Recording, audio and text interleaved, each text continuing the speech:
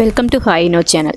இன்றைக்கி நம்ம அந்த வீடியோவில் ரவா கேசரி தாங்க எப்படி செய்யுதுன்னு பார்க்க போகிறோம். இது யூஸ்வலாக செய்கிற ரவா கேசரி மாதிரி இல்லாமல் கொஞ்சம் டிஃப்ரெண்ட்டாக இல்லை ஃபுட் கலர்லாம் எதுவுமே சேர்க்காம எப்படி இந்த கலர் கொண்டு வந்திருக்கேன் அப்படிங்கிறது தான் இந்த கேசரியோட ஸ்பெஷலுங்க. கலருக்கு பதிலாக நம்ம நார்மல் கேரட் இருக்கு இல்லைங்களா, அதனோட ஜூஸ் யூஸ் பண்ணி தான் இந்த கேசரி செஞ்சுருக்கேன். ரொம்ப சூப்பரான இருக்குங்க. கொஞ்சம் கூட அந்த கேரட்டோட ஸ்மெல்லே இல்லாமல் அவ்வளோ ஒரு டேஸ்டியாக நல்லாயிருக்கும். சரி வாங்க ஃப்ரெண்ட்ஸ், இந்த கேசரி எப்படி செய்யறதுங்கிறத பார்க்கலாம். இன்றைக்கி நான் ஒரு சின்ன சைஸில் 3 கேரட் எடுத்து இது மாதிரி துருவி வச்சுருக்கேன். ஃபர்ஸ்ட் நான் அதை மிக்ஸி ஜாரில் சேர்த்து கொஞ்சமாக தண்ணி விட்டு நல்லா நம்ம மையை அரைச்சிட்டு வந்துக்கிறேன். இதோட நான் அரைக்கிறதுக்கு 1 டம்ளர் அளவுக்கு தண்ணி சேர்த்து அரைச்சிக்கிறேன். அதுக்கப்புறமா நான் கேசரிக்கு தேவையான தண்ணியை நான் இதோட சேர்த்து நான் மிக்ஸ் பண்ணிக்க போகிறேன். இப்போ நல்லா நான் மையை அரைச்சிட்டேன். இதில் நான் அது மாதிரி ஒரு ஃபில்டர் வச்சு நான் நல்லா ஃபில்டர் பண்ணிக்கிறேன். இந்த சக்கையெல்லாம் நான் தனியாக எடுத்துக்க போகிறேன். இந்த சக்கையை வேஸ்ட்டாக தூக்கி போட்டுறதீங்க. நம்ம தோசை மாவு இருந்ததுன்னா அது கூட கலந்து செய்யலாம். அப்படி இல்லை அப்படின்னா தனியாக இது கூட இதையும் கொஞ்சமாக சக்கரை போட்டு நம்ம ஹல்வா மாதிரி கூட செஞ்சுக்கலாம். நம்மளோட விருப்பம் தான். இதே மாதிரி அரைச்சி வச்சிருந்தேன் எல்லா ஜூஸையுமே நான் ஃபில்டர் பண்ணிக்கிறேன். இப்போ நான் கேரட் ஜூஸ் ஃபில்டர் பண்ணி எடுத்து வச்சுக்கிட்டேன். அடுத்தது கேசரி எப்படி செய்யறது அப்படிங்கிறத பார்க்கலாம். இந்த மாதிரி ஒரு கடாய் ஒன்று சூடு பண்ணிக்கிறேன். இதில்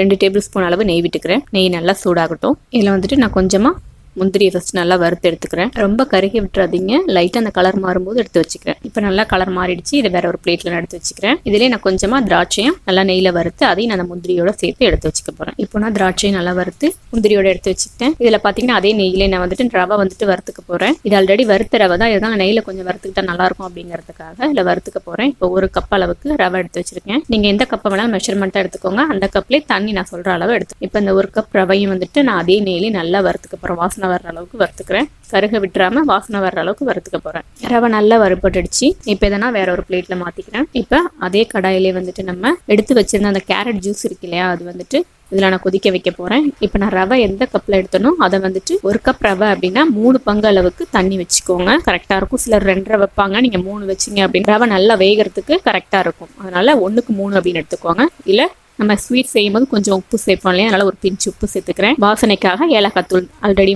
சர்க்கரையோட பொடி பண்ணி வச்சிருந்தா அதையும் சேர்த்துருக்கேன். இப்போ பார்த்தீங்க அப்படின்னா நல்லா அந்த கேரட் ஜூஸ் அந்த தண்ணி கொதிக்க ஆரம்பிச்சிருக்கு. இதில் அடுப்பு சிம்ல வச்சுக்கிறேன். சிம்ல வச்சுட்டு நான் வறுத்து வச்ச ரவையை சேர்த்துக்க போகிறேன். கையில் வச்சிட்டிங்க அப்படின்னா போட்டதுமே உங்களுக்கு கட்டி ஆகிடும்.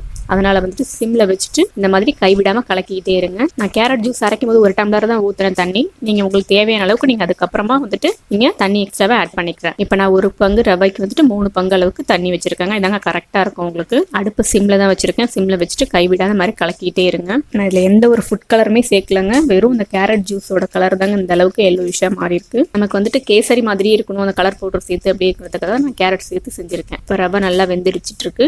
இதில் நான் சக்கரை சேர்த்துக்க போகிறேன். சக்கரை பார்த்தீங்கன்னா நான் ரவை எடுத்தேன் இல்லைங்களா, அதுலேயே தான் 1 கப்புக்கு 1 தான் வச்சுருக்கேன். கரெக்டாக இருக்கும். உங்களுக்கு இன்னும் கொஞ்சம் இனிப்பு டேஸ்ட் கொஞ்சம் அதிகமாக வேணும் அப்படின்னா நீங்கள் ஒரு 1/4 பங்கு அளவுக்கு எக்ஸ்ட்ராவாக சேர்த்துக்கோங்க. 1 பங்கு ரவைக்கு 1 பங்கு சக்கரை கரெக்டான இனிப்பாக இருந்தது. ரொம்ப திகட்டாமல் நார்மல் இனிப்பில் இருந்துச்சு. அதனால் 1 பங்கு ரவைக்கு 1 பங்கு சக்கரை எடுத்திருக்கேன். சேர்த்துட்டு அதையும் நல்லா மிக்ஸ் பண்ணி விட்டுக்கிறேன். சப்போஸ் உங்களுக்கு நீங்கள் சக்கரை சேர்க்கல அப்படின்னா இந்த ஸ்டேஜ்லேயே நீங்கள் நாட்டு சக்கரை பொடியாக இருக்கும் இல்லைங்களா, அந்த நாட்டு சக்கரை ஆனால் 1க்கு அது 1.5 சேர்த்திங்கன்னா தான் உங்களுக்கு இனிப்பு கரெக்டாக இருக்கும். நம்ம நார்மல் சுகர் மாதிரி இல்லாமல் நாட்டு சக்கரை இனிப்பு கொஞ்சம் கம்மியாக இருக்கும். அதனால் 1க்கு 1.5 வச்சுக்கோங்க. அது உங்களோட விருப்பம். நான் சக்கரை சேர்த்ததுக்கப்புறம் நல்லா கொஞ்சம் மெல்ட் ஆக ஆரம்பிச்சிருச்சு. இந்த மாதிரி கைவிடாமல் அப்பப்போ கலக்கி விட்டுட்டே இருங்க. இந்த மாதிரி கேசரிலாம் செய்கிறோம், அல்வாலாம் செய்கிறோம் அப்படின்னா அடி கனமான பாத்திரமா இருக்கும்போது உங்களுக்கு ஒட்டாமல் கலரி விடுறதுக்கு அடி பிடிக்காமல் ஈஸியாக இருக்கும். 2 டீஸ்பூன் அளவுக்கு நெய் சேர்த்து அதையும் நல்லா மிக்ஸ் பண்ணி விட போகிறேன். ஒரே டைமில் சேர்க்காம கொஞ்சம் கொஞ்சமாக சேர்த்து நல்லா மிக்ஸ் பண்ணி விட்டுக்கிறேன். இப்போ நம்ம சேர்த்து அந்த சக்கரை நெய் ரவை எல்லாம் ஒன்றா கலந்து நல்லா வெந்து வந்துட்டு இருக்கு. இன்னும் ஒரு 2 டீஸ்பூன் அளவுக்கு நெய் சேர்த்துருக்கேன். மொத்தம் ஃபர்ஸ்ட் 2 அதுக்கப்புறம் 4 டீஸ்பூன் அளவு நெய் சேர்த்துருக்கேன். சேர்த்துட்டு நல்லா மிக்ஸ் பண்ணிக்கிறேன். அடுப்பு சிம்ல தாங்க வச்சிருக்கணும். ஹைல வைக்காதீங்க. சிம்ல வச்சுட்டே செஞ்சுட்டு இருந்தீங்கனாலே உங்களுக்கு நல்லா கெட்டியாகி இந்த பாத்திரத்தில் ஒட்டாமல் நல்லா ஒன்றா திரண்டு வரும். அதான் கரெக்டான ஒரு பதமாக இருக்கும். இப்போ பாருங்கள், நான் சேர்த்து அந்த நெய்யும் நல்லா அந்த கேசரி அப்சர்வ் பண்ணிக்கிச்சு. பாத்திரத்தில் ஒட்டாமல் எல்லாம் ஒன்றா திரண்டு வருது பாருங்க. தான் கரெக்டான ஒரு பதமாக இருக்கும். இதில் நான் வறுத்து வச்சிருந்த முந்திரியும் திராட்சையும் சேர்த்துக்கிறேன். கடைசியாக சேர்த்துட்டு அதையும் நல்லா மிக்ஸ் பண்ணிக்கிறேன். நம்ம ஃபுட் கலர்லாம் சேர்க்காம நேச்சுரலான கேரட் அந்த ஜூஸை சேர்த்து தான் அந்த சூப்பரான அந்த கேசரி பண்ணியிருக்கோம். அவ்வளோதான் ஃப்ரெண்ட்ஸ், நம்மளோட சூப்பரான ரவா கேசரி ரெடி ஆயிடுச்சு பாருங்க. இது நல்லா பாத்திரத்தில் ஒட்டாமல் நல்லா ஒன்றா திரண்டு வந்திருக்கு.